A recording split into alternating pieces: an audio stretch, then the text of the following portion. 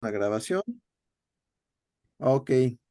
Bueno, chicos, ya estamos en la sesión 4 de este estudio del Evangelio de Lucas.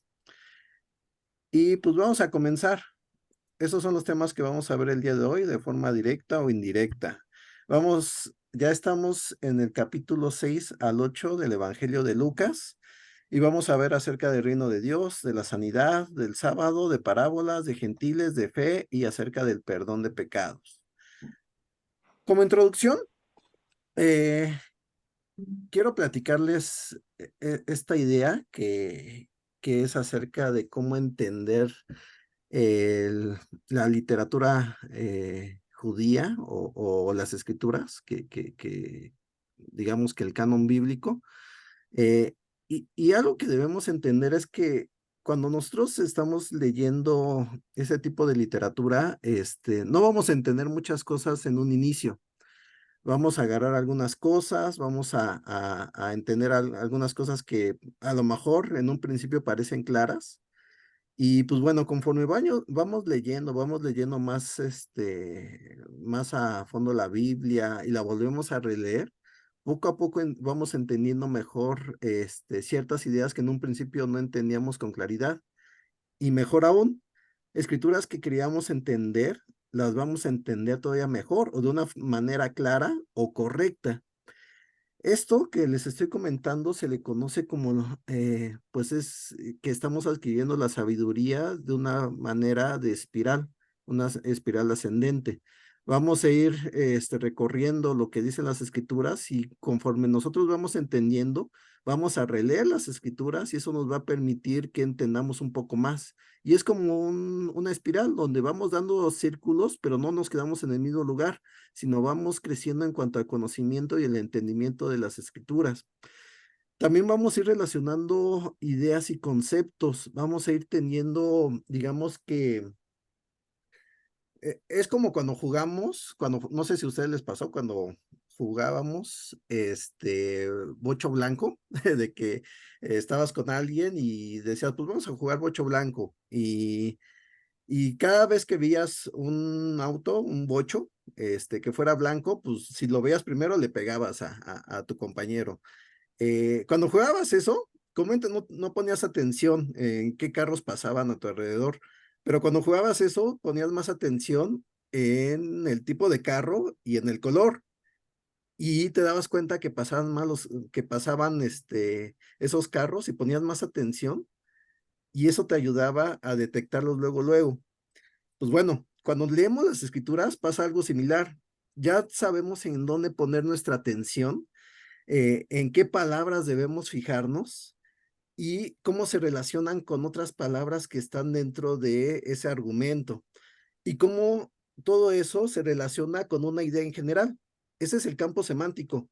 Es como, por ejemplo, cuando les digo, a ver, ¿en qué estoy pensando? Si les digo cuchara, tenedor, sartén, horno de microondas, refrigerador, ¿qué, qué habitación de una casa estoy pensando? Ustedes van a Sí, referirse entonces a que, pues está pensando en la cocina. Pues sí, porque todas esas palabras están dentro de ese conjunto de significado que nos debe llevar a esa habitación. Lo mismo sucede cuando estamos leyendo las escrituras. Cuando ya empezamos a entender ciertos conceptos, vamos a ir dominando ese campo semántico y vamos a ir dominando también el significado y cómo se va relacionando en todo el argumento. Eso es algo que entendían bien los judíos en su literatura y que era parte de esta literatura judía de reflexión, donde debemos estar meditando constantemente lo que estamos leyendo, y donde también debemos poner mucha atención en el contexto de lo que estamos leyendo, sin estarnos salteando escrituras o nada más poniéndole énfasis en ciertas escrituras y no en todo el contexto. eh, pues bueno, esa es la intención de que tomando en cuenta el contexto podamos entender bien la idea en general y la idea en particular de ciertas palabras. Esa es la espiral de conocimiento y eso es lo que vamos a llegar y de hecho es parte de lo que vamos a hacer ahorita. Lo van a ver. A ver, déjame, lo pongo pantalla completa. Ahí está. Vamos a empezar con el tema del sábado, el significado del sábado. Y con eso empezamos con la primera mención del sábado, que es Génesis 2, versículo 2 al 3. Después de que hizo la creación Dios en los primeros 6 días, llegamos al séptimo día. Y esto es lo que dice. Dios descansó porque había terminado toda la obra que había emprendido. Dios bendijo el séptimo día y lo santificó, porque en ese día descansó de toda su obra creadora. Ahora, ahorita les puse en amarillo estas palabras que son las que quiero que ustedes noten y enfaticen. Dios descansó en el séptimo día. ¿Qué fue lo que hizo? Bendijo ese séptimo día, atención en séptimo, y lo santificó, atención en santificar. ¿Cuál es la razón o por qué? Pues que en ese día descansó de toda su obra creadora. Y aquí ya vamos a empezar entonces a relacionar ciertos conceptos. Primero, séptimo día, aquí lo estamos relacionando con descanso y con que ya terminó toda su obra. Por eso los judíos, en la numerología que tienen, le dan ese significado de plenitud al número 7, porque empieza desde aquí, desde Génesis. Y esta idea del séptimo, del 7, se va a ir desarrollando en toda la literatura judía y en el pensamiento judío. Otra idea que aquí nos está marcando es santificar. Ya lo vimos en la clase pasada qué significaba, que era apartar para un uso especial. ¿Y cuál es ese uso especial? Pues bueno, más adelante lo va a decir a manera de mandato. Y para eso vamos a Éxodo, capítulo 20, versículo 8. Dice lo siguiente, estamos en los 10 mandamientos aquí, este es el cuarto mandamiento, si no me equivoco.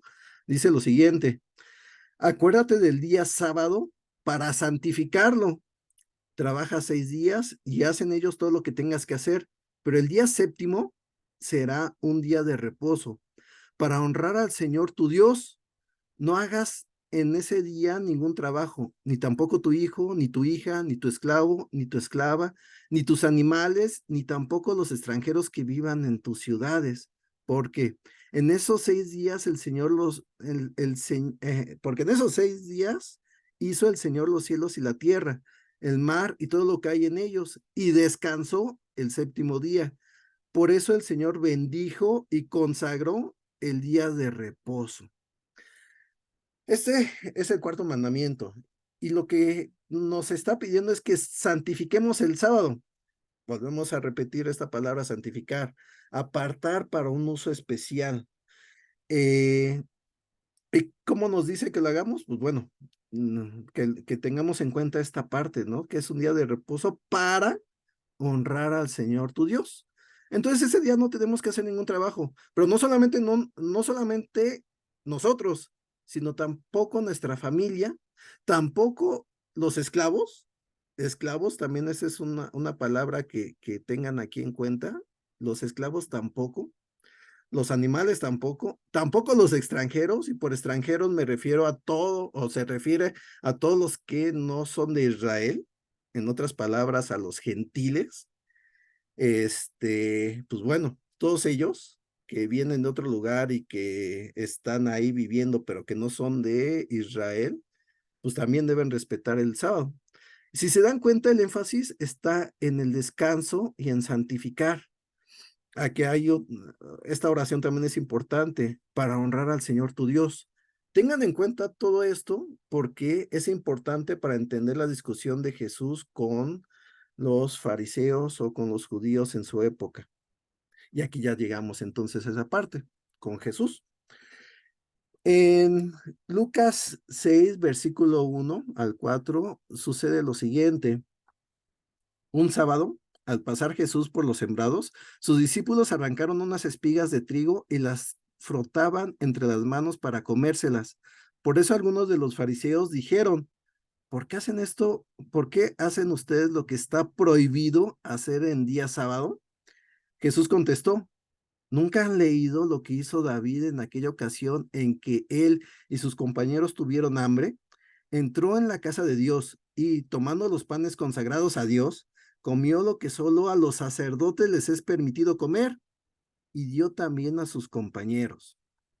Ok, aquí está pasando algo curioso, porque en apariencia lo que estaban haciendo los discípulos de Jesús era faltar a este cuarto mandamiento, que es el no trabajar el sábado, porque estaban, pues bueno, estaban ahí frotando las espigas para comérselas. Lo cuestionan los fariseos. Oye, ¿por qué están haciendo esto que es prohibido? Ojo, prohibido. Veamos que como que se empieza a desvirtuar un poco la parte del significado del sábado, que era el descansar, por empezar a prohibir.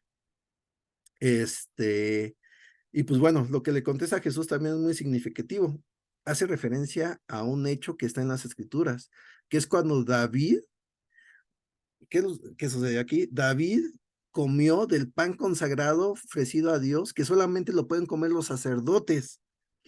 Eh, Esto que está pasando en el Evangelio de Lucas está justamente después de una parábola bien interesante, que es la del vino viejo y los odres, digo, el vino, aquí me equivoqué, era el vino nuevo y los odres viejos, que a su vez resultó de la pregunta del ayuno. Si se acuerdan de esa parábola, de que no debemos poner vino nuevo en odres viejos porque se van a reventar, eh, tiene esta misma idea la parábola de que no se debe de estar mezclando estas ideas viejas, por decirlo de alguna manera, o que tienen, digamos, que una práctica anterior con ideas que son nuevas.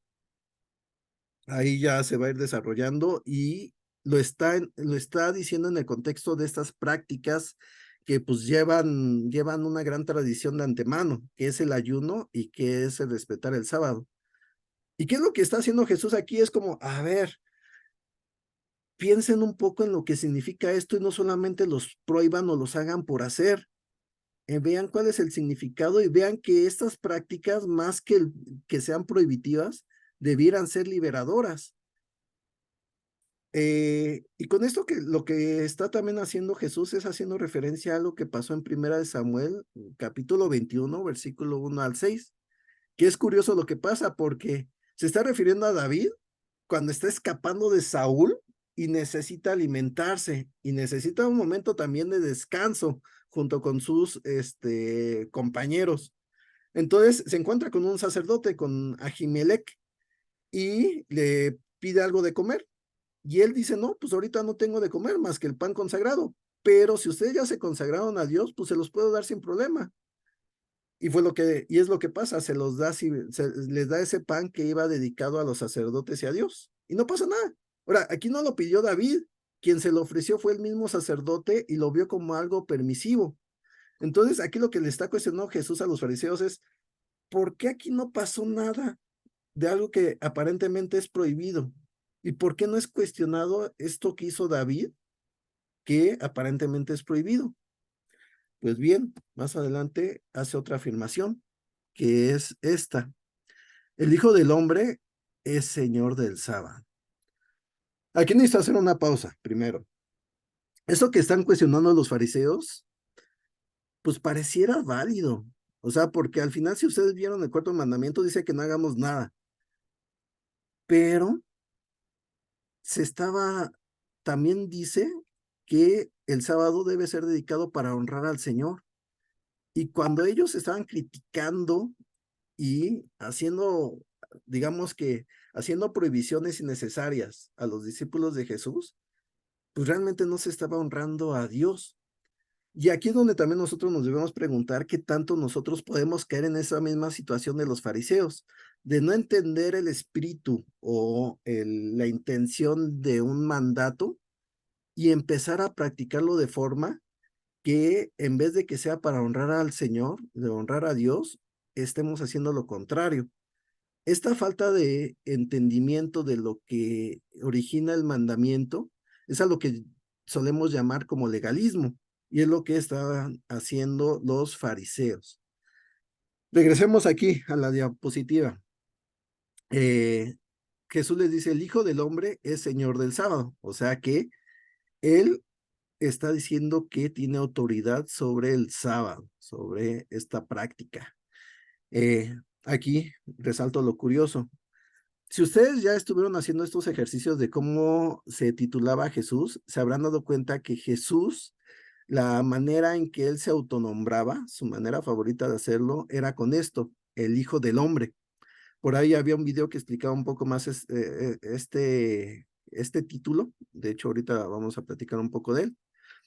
También Jesús, cuando se le está cuestionando un poco más adelante acerca del sábado, también él hace la siguiente afirmación: ¿por qué iba a sanar a una persona? Dice, voy a hacerles una pregunta. ¿Qué está permitido hacer en sábado? ¿Hacer el bien o el mal? ¿Salvar una vida o destruirla? Ok, vamos primero a analizar esta primera afirmación que habla acerca del Hijo del Hombre. El Hijo del Hombre, este título viene de una profecía mesiánica en Daniel.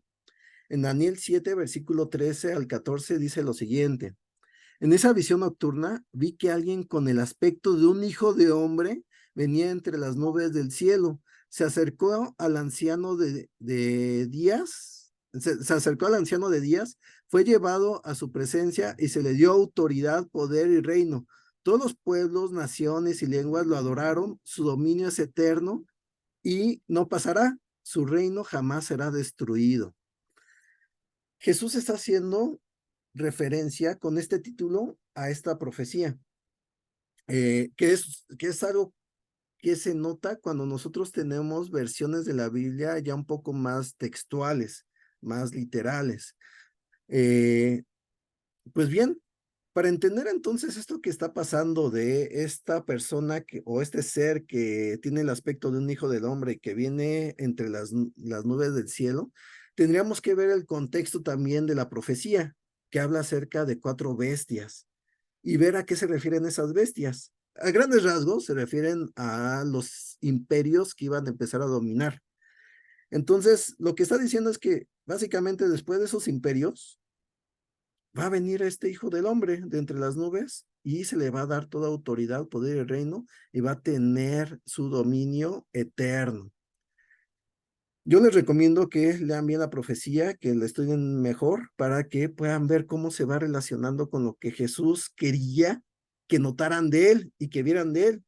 Y que también es un adjetivo curioso, que alguien que sea humano diga, yo soy como un hombre, también es curioso, ¿no? Porque pues es obvio, ¿no? Dices, pues sí, es obvio que eres hombre, pues te veo como hombre. Pero cuando haces esta afirmación es porque entonces hay algo más, hay algo que no se está viendo. Por lo tanto, tengo que hacer esta afirmación de soy un hombre o soy el hijo del hombre, que es lo que es como se autorreferenciaba Jesús. Pero bueno, eso ya es cristología y ahí nos llevaríamos bastante tiempo y lo podríamos platicar después.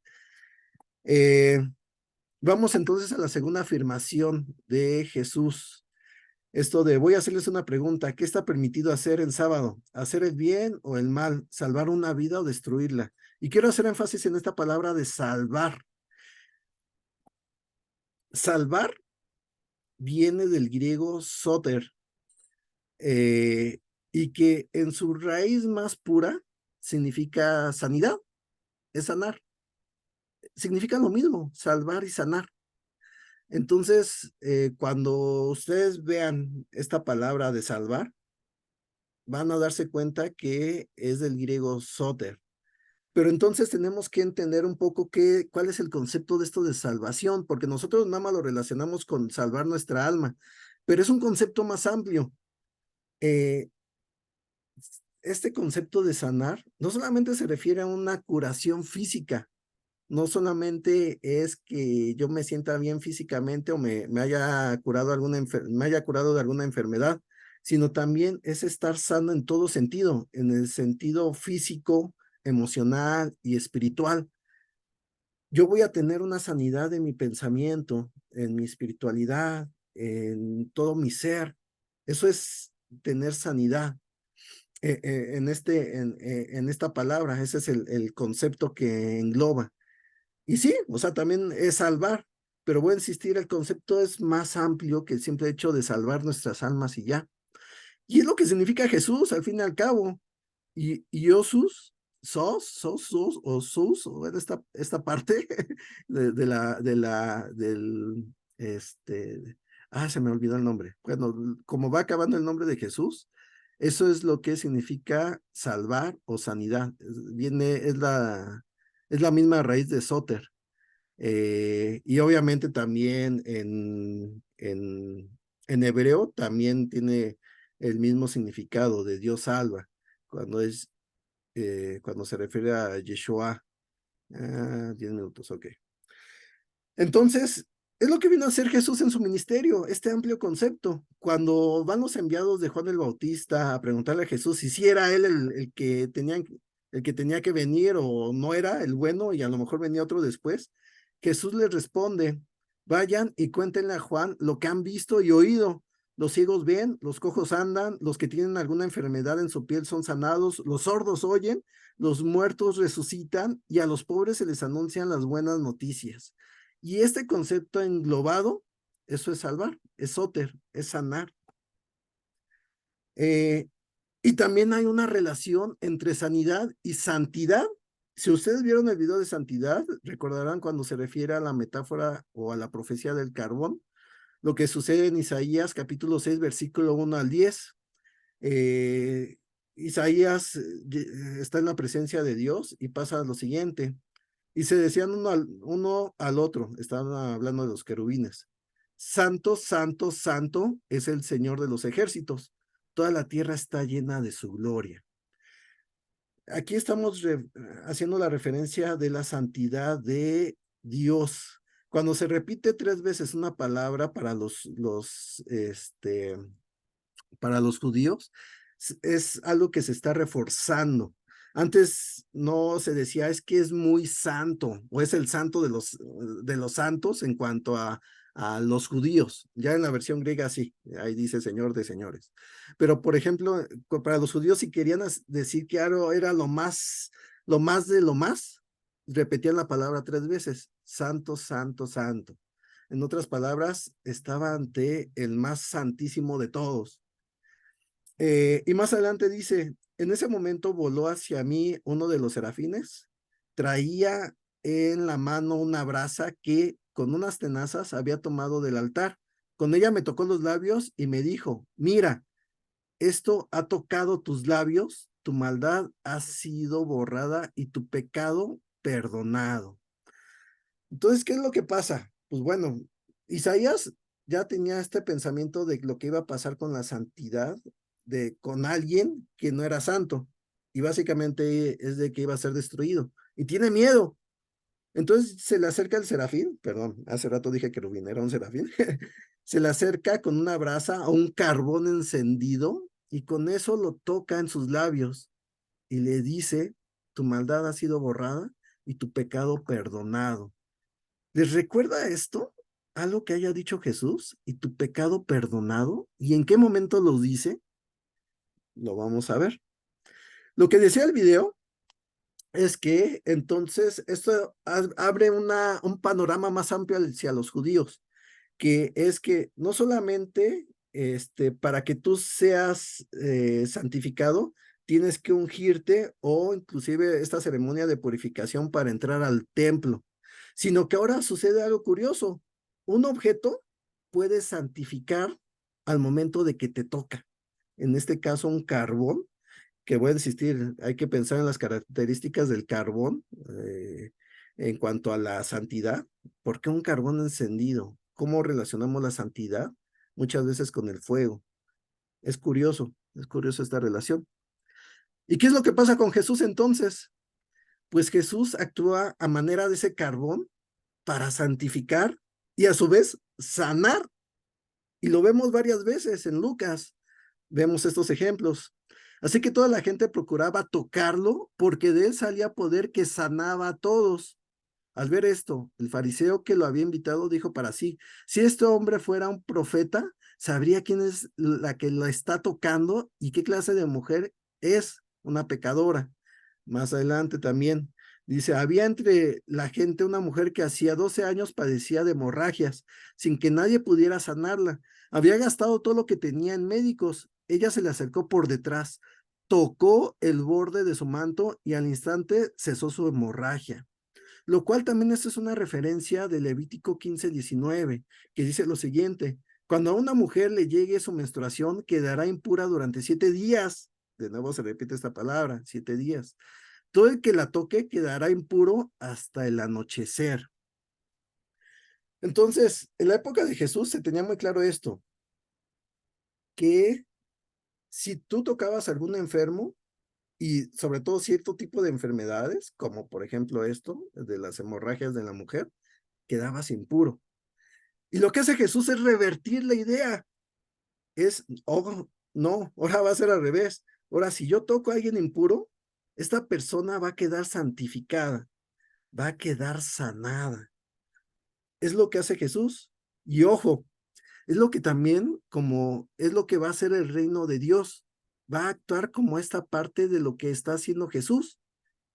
Y es lo que entonces nos corresponde un poco a nosotros. Ahí hay algo que también se tendría que discutir. Sucede algo curioso también en un caso que es la del centurión. El centurión romano, evidentemente no era judío, era un gentil. Sin embargo, lo que narra esta historia es de que era alguien que trataba muy bien a los judíos, hasta les construyó una sinagoga, pero tenía un esclavo, curioso, tenía un esclavo que estaba enfermo y que lo apreciaba mucho. Y como ya había escuchado de que Jesús sanaba, pasa lo siguiente. Bueno, van unos judíos a decirle que si puede sanar al esclavo del centurión, y pasa esto.